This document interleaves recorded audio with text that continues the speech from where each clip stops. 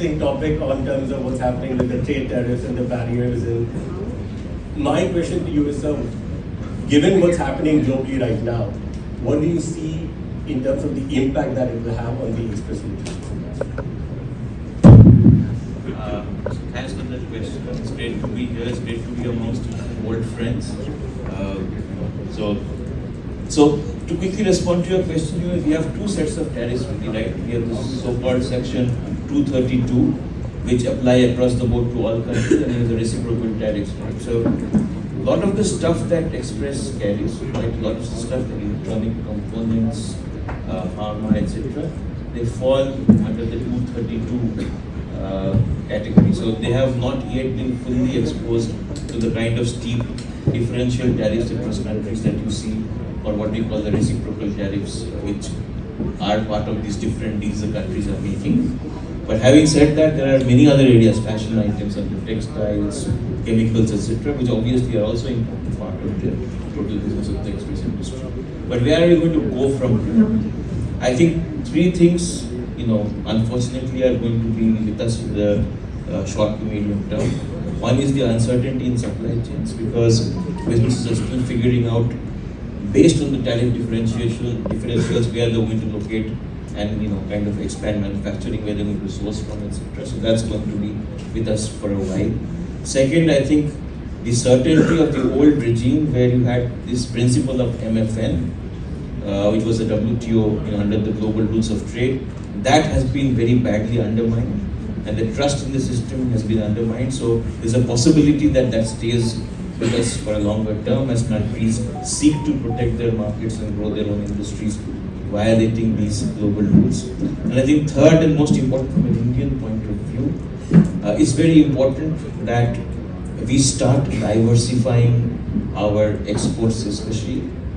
We have about 18 to 20% of our merchandise exports going to the US.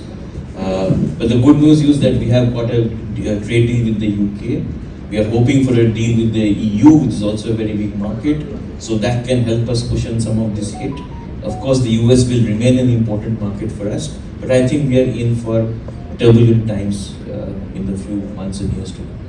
But do you think this has created a permanent damage to the way trade happens between cross-border trade or between two countries? Or is this more a US to other country problem, but India to other countries may not be as badly impacted?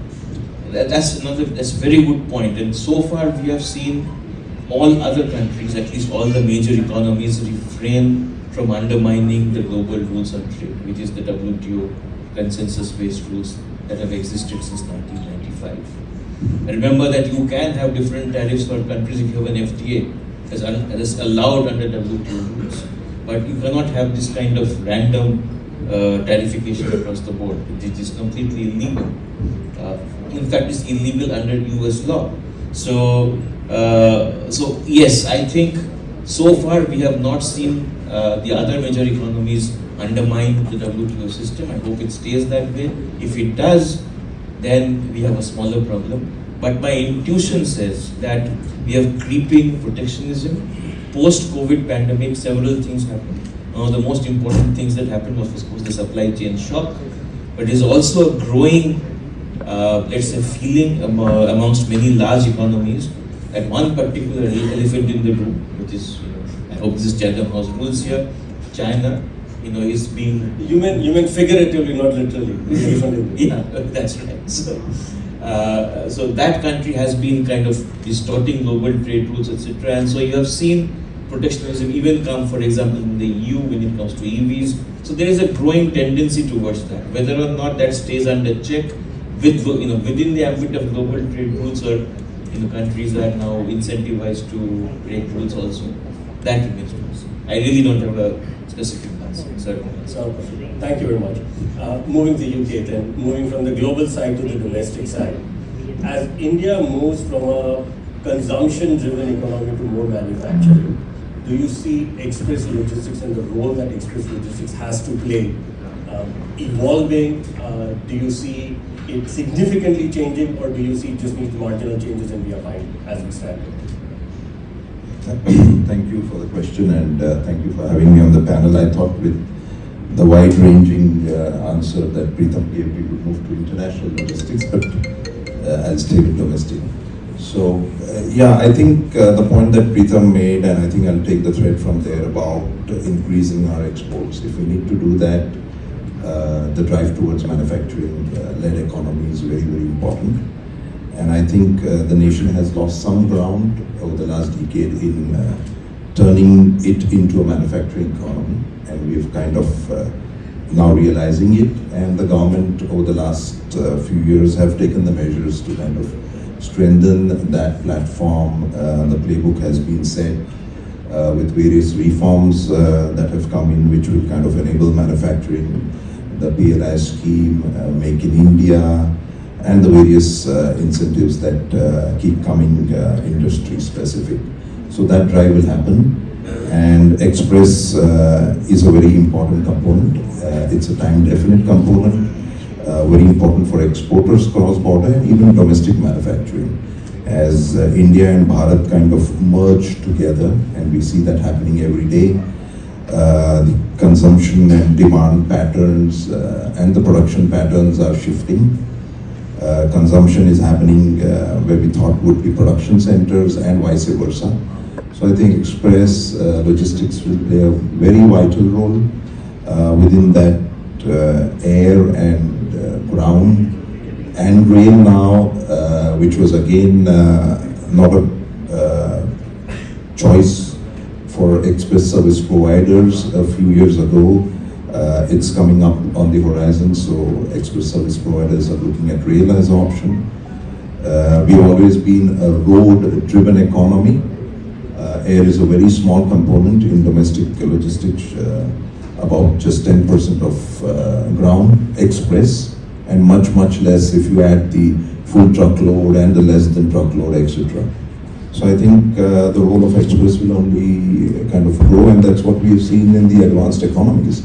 If you look at the US or Europe or China, express really plays a very, very important role as economies mature. And that's what we expect to happen here also in the country. Thanks, Ketan. Sanjeev, one of the points that Ketan talked about is the importance of air cargo, right? I think one of the concerns that people have generally raised is the clearance for express cargo at airports, right, compared to what happens globally. So in India, I think some of the statistics say it takes 12 to 14 hours for express cargo clearance. Globally, that's in that 4-hour range, right? So any thoughts on how India can get better to it? Does it need a regulatory change? Is it the way kind of some of the airlines need to kind of change, or what do you think needs to change in this? Yeah, thank you for that question. And I think when we look at aviation per se and airports, airlines, we are going through very exciting times in the Indian context, and I feel very privileged. As a GMR group, we can be part of the journey, contribute to it. In fact, GMR as a group, we are the second largest private airport developer in the world, the biggest in this region. Delhi Airport alone, does about 30% of the country's cargo, and as GMR we do about 34%. What role, can airports play and contribute? Firstly, I would say that to be fair, I think the general cargo is in that range, but express is already, I think, export will be about 4 to 5, import 6 to 7. So that's, we're already there. But what really needs to be done? I think I was kind of thinking about it. There's I'll call it the 4I mantra, right? For bringing the transformation in the express industry from an airport perspective. The first I is your infrastructure. I think what is very, very important is that the right infrastructure. So as GMR group, we have we've heavily invested. We had a very clear vision that we want to develop these into hubs. And when you talk of hubs, you talk of tier 1. We went from tier 1.3 to about 1.8 million handling capacity today. We went from tier 2 from 0 to 0.5. We're talking adding another 1.5 million now. And the tier 3 SEZ zone airport and all that. So that piece was one part of it. There's a SEZ planning which is at a very advanced stage. The second I call it basically the installation, the equipment and stuff like that. I think that's a very important area as well, because especially for express you need the automated sorting, you need the best of technology to be utilized. So to give an example, for instance, in India, we use these X-ray machines. We do about 200 pieces an hour, kind of thing. But globally, what is allowed is machines which can do about 2,000 pieces an hour. So you can have a great infrastructure, but if you don't have the right installation, that becomes a bottleneck. So Dubai facility, I think FedEx has a Dubai facility, for instance, they could do about 3,000 pieces an hour with multiple machines. But here we would be limited to about 200 to 300 per hour. So that's the second part of the. The third part is very important, is also the information flow, the IT technology. There I would compliment EICI, which have done a great job in terms of the ECCS that you've done. I think that has really contributed to the efficiency which has come in terms of the faster processing and things like that. And in fact, we as an airport have been also very at the forefront of it, bringing technologies for truck slot management, ECSDs, e-gate passes and all of that. So these three elements, if you really put together, and I think the fourth element is, if you've got the infrastructure right, you've got the installations right, you've got the information flow right, that's where the incremental growth comes. And I think that's where we need a lot of collaboration happening between the government, the private players and the stakeholders. And as an airport, as a business, we see ourselves as a business facilitator.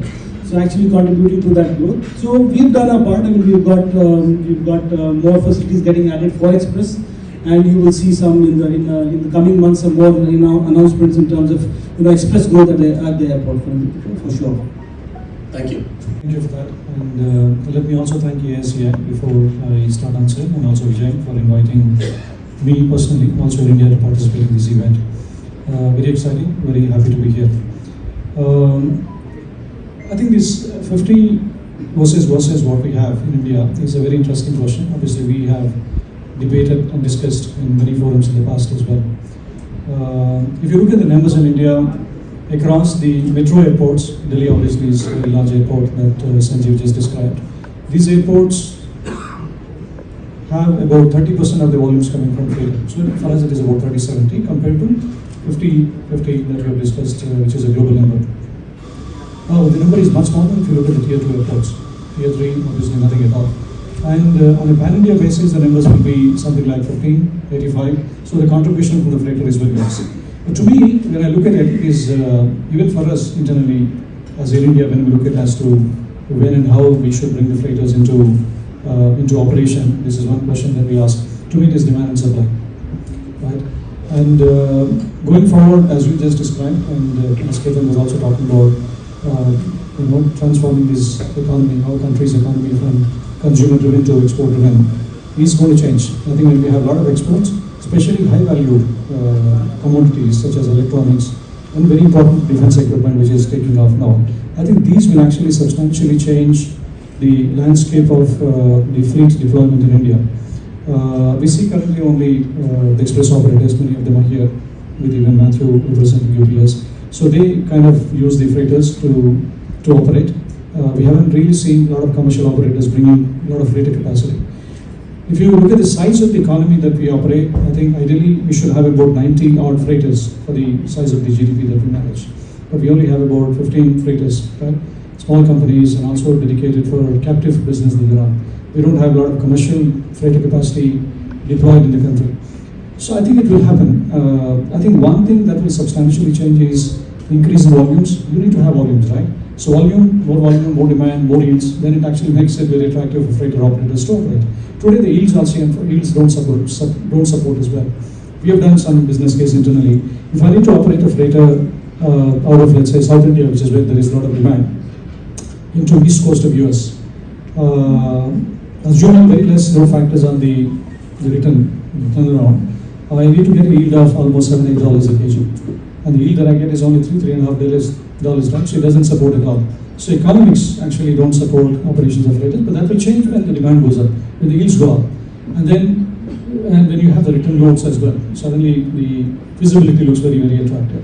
To me, I think it will possibly gradually start happening maybe from next year or the following year onwards.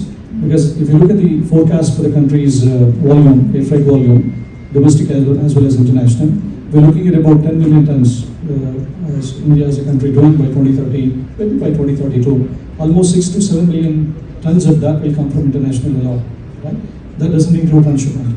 So I'll come to transshipment in a bit of a time. So when that happens, and if you look at the entire belly capacity that will be available in the market is not expected to be more than 4.5 million tons. And the rest of that has to be met with the supply of freighters in India, right? And that possibly should start happening from 27 onwards. When that happens, demand increasing, the yields will actually make the freighter operations very, very attractive. So eventually it will happen. 30 will possibly go up to 15 metros. The 30 will be across the country by 27, 28 onwards. And I think this will also make many companies start looking at India for investment in freighters, right? So I have heard some proposals from very large companies, some US investors looking at India to bring in freighters, to bring that capacity, because we have a lot of demand from electronics, especially South India, defense also from North India, where people want to fly directly. Right, that obviously cannot be done with the help of the very capacity that we currently have and even expected to have in the next 2 or 3 years' time.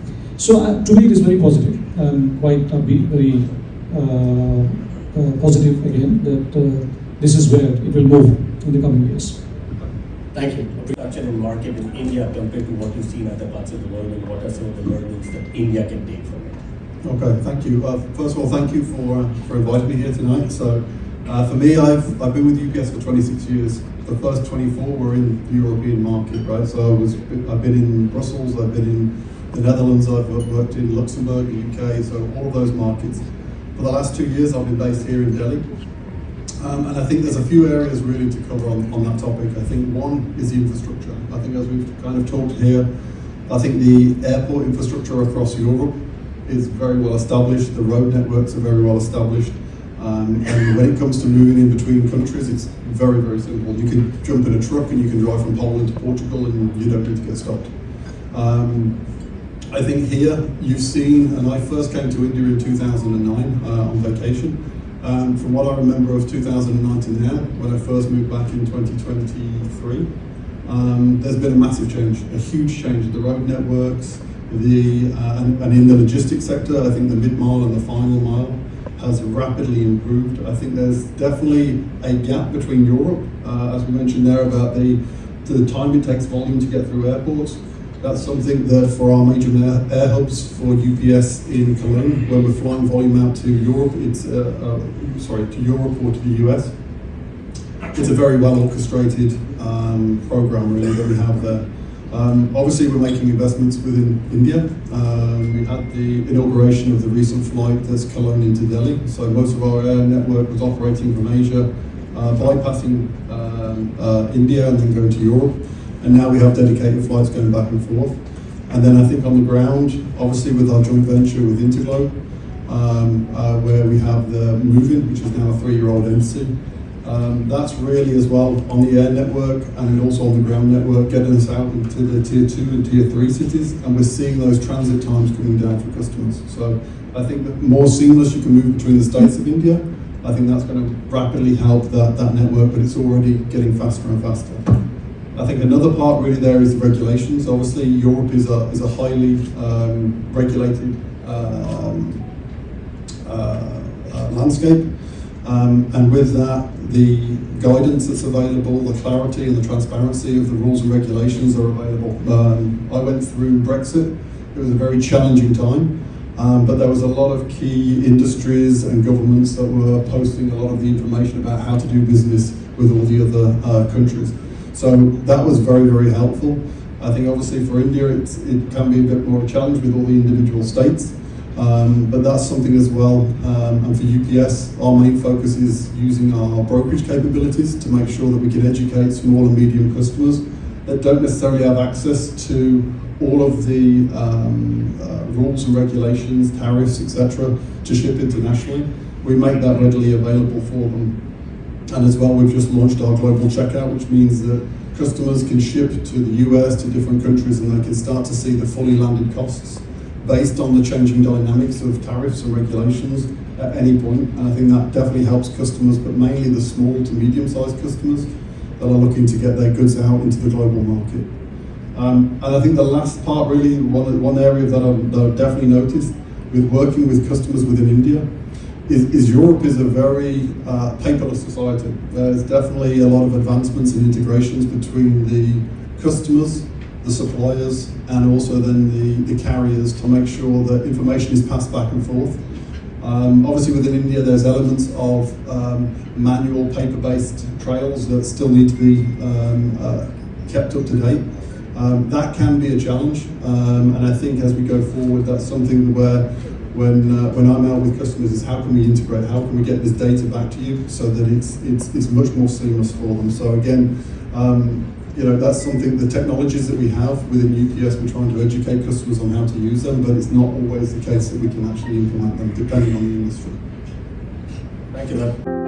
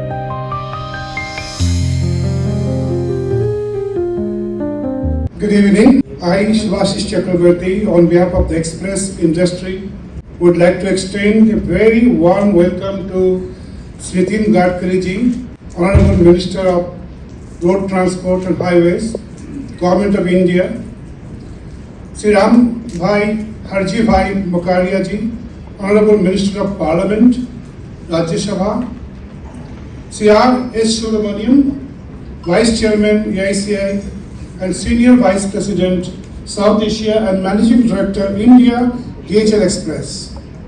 Other senior officials, industry colleagues, and the media representative to the launch of the report, Express Industry in India, Powering India's Economy, Connecting Business and Markets by KPMG India.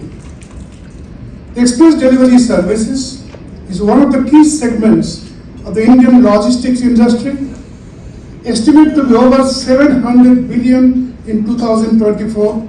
It is one of the fastest growing segments of the Indian logistic industry.